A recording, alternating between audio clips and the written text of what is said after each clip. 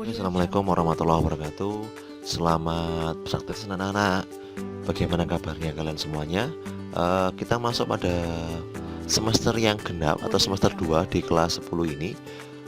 Jadi Bapak pada pertemuan pertama ini di semester genap atau di pertemuan 9 lanjutan dari di semester ganjil kemarin akan melanjutkan materi di akuntansi dasar berkaitan dengan materi yang ada hubungannya di pertemuan ke-8 di semester ganjil kemarin.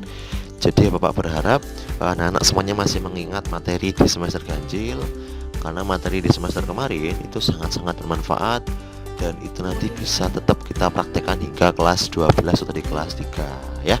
Jadi selalu diingat dan selalu membaca pada materi-materi yang sebelumnya. Baik, pada pertemuan yang pertama ini atau di pertemuan ke-9 ini kita awali dengan materi yang sangat baik sekali, sangat bagus sekali, yaitu terkait tentang pencatatan jurnal dan letak debit kredit pada perusahaan baik itu jasa, dagang, dan manufaktur. Sebenarnya materi ini pernah kita bahas sekilas ya di kegiatan tatap muka yang lalu, di waktu yang lalu. Jadi kita akan lebih memahami kembali di materi jurnal, khususnya pada jurnal umum ya, di perusahaan jasa dan dagang. Kemarin kita sudah belajar sekilas terkait tentang peletaan dan model pada persamaan dasar akuntansi atau persamaan akuntansi. Baik anak-anak, kita langsung aja masuk pada pokok materi kita, yaitu di jurnal dan letak debit kredit pada perusahaan jasa, dagang, dan manufaktur. Silahkan disiapkan catatannya masing-masing. Baik, untuk pada perusahaan ini nanti kita akan tetap fokusnya pada siklus akuntansi perusahaan jasa ya nanti ya. Jadi kita tetap fokus di situ. Jadi anak-anak nanti kita di kelas 1 semester ganjil dan di pertemuan yang pertama di semester genap ini kita masih fokus pada perusahaan jasa ya. Oke. Nah, siklusnya adalah nanti kita akan belajar terlebih dahulu terkait tentang sumber pencatatannya, kemudian analisis bukti transaksi, kemudian kita belajar mengenai jurnal, dan nanti di pertemuan yang akan datang kita akan membahas dengan namanya buku besar ya. Silakan dipahami semuanya. Baik, ini adalah contoh dari bukti transaksi terlebih dahulu. Namanya adalah BKK atau bukti kas masuk ya, BKM. Seperti contoh ini ada PD hadiah ya. Bukti kas masuk itu biasanya tertera di sini diterima dari siapa. Contoh, ada transaksi kita menjual barang atau kita ada transaksi jasa kepada orang lain, orang itu membayar kepada kita, maka kita akan menerima sejumlah uang. Ini adalah nanti buktinya berbentuk bukti kas masuk ya. Ini ada contoh pembayaran penjualan buku tulis sebanyak 10 buah, harganya per buahnya itu adalah Rp15.000 ya. Kemudian selain ada bukti kas masuk, ada namanya BKK ini tadi yang Bapak sampaikan, bukti kas keluar, di mana kita misalnya ingin membayar atau kita akan mengeluarkan sejumlah uang, maka ya ini kita nanti akan menggunakan bukti kas keluar. Setelah itu ada namanya memo ya. Memo ini adalah transaksi atau bukti transaksi untuk mencatat beberapa kejadian khusus, seperti misalnya adalah penyusutan ya, penyusutan atau pengembalian barang yang sudah kita beli atau kita jual, itu namanya memo ya. Kemudian ada namanya faktur. Faktur itu adalah transaksi untuk pembelian berkaitan dengan kredit ya. Jadi sekali lagi, faktur itu adalah pembelian secara kredit ya. Ada namanya kwitansi. Kwitansi itu adalah transaksi baik itu kita membeli atau menjual ya, bisa tunai ya, biasanya seperti itu. Kita nanti akan dapat kwitansi. Mungkin anak-anak ketika kemarin membayar mungkin terkait tentang seragam di sekolah ya, itu nanti dapat kwitansi ya, itu contohnya. Ada nota. Nota ini berkaitan dengan transaksi sifatnya adalah tunai ya, contoh nota kontan itu ya. Nah, ada nota kredit, transaksi sifatnya adalah kredit, atau beberapa kali memang muncul nota kredit ini untuk transaksi memang ketika kita membeli barang atau menjual barang dan barang itu sifatnya adalah dikembalikan karena rusak atau salah ya, jadi bisa menggunakan nota kredit ya. Ada cek. Cek ini adalah transaksi untuk memberikan kuasa kepada pihak bank agar mencairkan sejumlah uang kepada orang yang tertera dalam cek ya. Itu tadi bukti. Setelah itu kita masuk di sini perkiraan. Nah, kemarin kita sudah jelaskan ada istilah aktiva sama dengan kewajiban dan modal ya. Nah, karena ini masih umum, maka aktiva itu atau harta itu sama dengan kewajiban. Kewajiban itu bisa sama dengan utang plus modal plus pendapatan dikurangi dengan beban ya. Kemarin sudah kita jelaskan di tatap muka ya. Kemudian ini posisinya mungkin teman-teman juga sudah ada beberapa kelas yang sudah dipahami ya. Jadi harta itu ketika bertambah ini ada di debit ya, ketika berkurang ada di kredit. Utang juga sama, ketika bertambah ada di kredit, ketika berkurang ada di debit. Modal bertambah di kredit, berkurang di debit. Pendapatan bertambah di kredit, berkurang di debit. Beban itu bertambah di debit dan berkurang di kredit. Ini kemarin sudah disampaikan pada pertemuan yang lalu ya. Jadi Bapak hanya mengulas sedikit aja sebelum kita masuk pada jurnal umumnya ya. Nah, kemudian nomor perkiraan ya. Biasanya kalau nomor perkiraan ini memang terdiri dari 3 angka bisa atau 4 angka bisa. Bahkan kalau nanti teman-teman ada anak masuk di kelas 2, nanti ada namanya mata pelajaran komputerisasi akuntansi atau mayop ya, nanti ada 5 nomor ya. Nanti kita belajar lebih lanjut kembali. Contoh di sini ada harta aktiva atau aset. Contoh harta itu ada harta lancar sama harta tetap. Nah, di sini contoh ada harta lancar atau current aset. Harta lancar itu misalnya ada kas. Nomor transaksinya adalah 100. Kemudian surat-surat berharga atau marketable security itu contohnya adalah 101.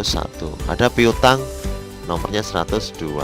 Ada perlengkapan dan sebagainya. Ini adalah contoh-contoh harta lancar ya. Harta lancar dan nomor akunnya. Ini silakan di pause pada video ini dan dicatat di bukunya masing-masing. Nanti kalau ada kesempatan kita belajar bersama. Oke ya. Harta tidak berwujud. Nah, ini contohnya ada hak paten, hak cipta, franchise, nama goodwill. Nah, kemudian di sini ada kewajiban ya. Kewajiban itu adalah utang sama dan utang. Ya, ini contohnya seperti itu. Contohnya ada utang dagang, account payable, namanya 200 dan sebagainya. Ini silakan di pause terus dicatat di bukunya masing-masing ya. Inilah contoh dari kewajiban, akun-akunnya yang sering muncul ya. Berikutnya ada modal atau capital ya. Modal itu ada 2 memang. Kalau beberapa perusahaan mencatatnya ada modal dari orang lain atau bisa pribadi namanya prefer, modal pribadi, atau modal dari sendiri namanya drawing atau prefer ya. Kemudian ada pendapatan atau revenue. Nah, pendapatan itu ada banyak sekali. Contohnya misalnya ada penjualan atau sales revenue, ada pendapatan jasa atau fees revenue, ada pendapatan sewa atau rent revenue dan sebagainya. Ini adalah akun-akun yang ada di pendapatan ya. Silakan di pause kemudian dicatat di bukunya masing-masing. Ada beban. Wah, beban ini adalah satu akun yang paling banyak ya. Jadi Bapak Arit berharap dicatat di bukunya anak-anak semuanya. Contohnya ada beban gaji. Beban gaji itu biasanya diawali dengan 500 atau salary expense ya dan sebagainya. Nah, kemudian kalau sudah disebut, maka ini ada contoh transaksi atau kejadian di suatu perusahaan. Nanti kita harus membuatkan jurnal umumnya. Nah, kunci dari jurnal umum itu adalah teman-teman harus tahu akun ya. Akunnya harus diketahui terlebih dahulu, seperti nama-nama akun tadi ya. Yang kedua adalah letak akun. Nah, jadi kalau tadi teman-teman masih mengingat di kotak ini ya.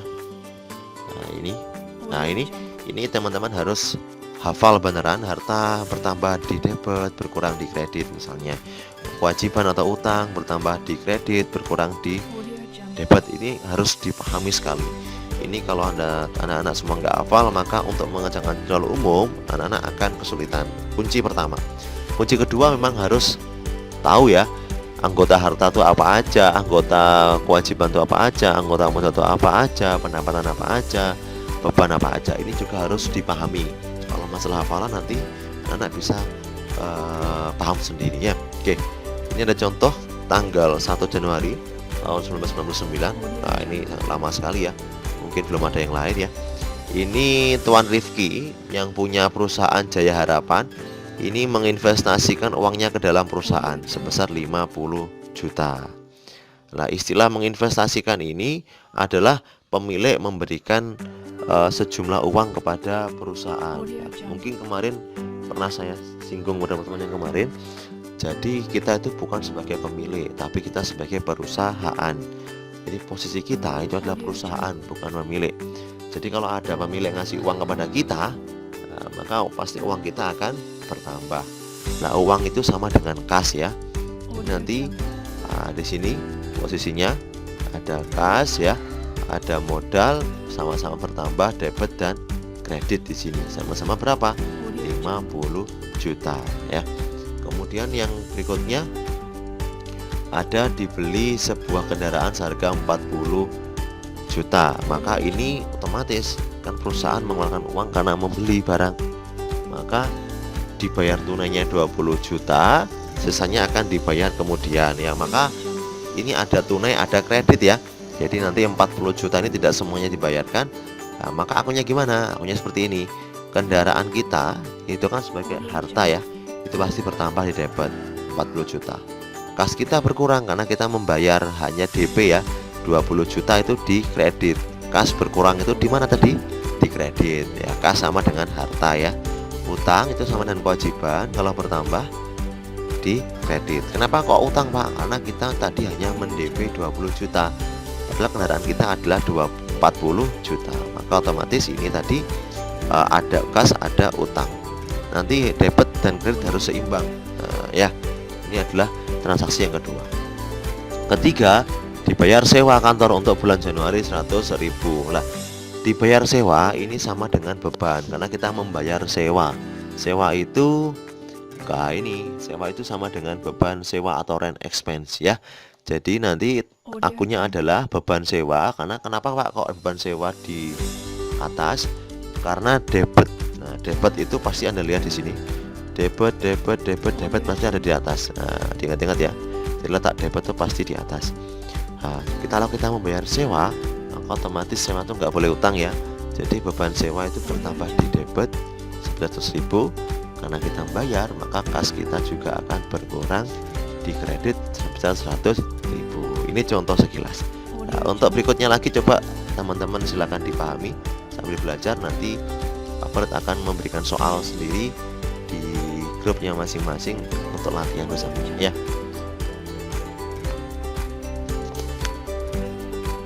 Tanggal 5 ya, jangan dilihat lebih dahulu. Jawabannya adalah tanggal 5 di sini.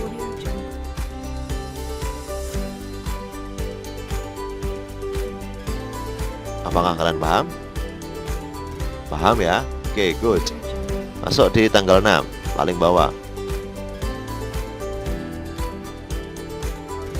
Nah, ini dibeli peralatan kantor. Jadi perusahaan beli peralatan kantor, namun secara apa ini? Secara kredit. Sebesar berapa? 400.000. Kira-kira mengeluarkan uang nggak? Tidak, karena beli secara kredit. Maka akunnya nanti tanggal 6 adalah peralatan kantornya tetap bertambah.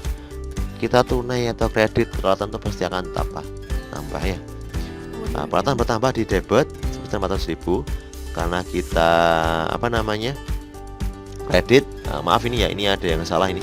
Ini harusnya utang ya, utangnya bertambah sebesar 400.000 di kredit ya. Oke, ini sekilas terkait tentang tentang jurnal. Bapak berharap teman-teman semua masih bisa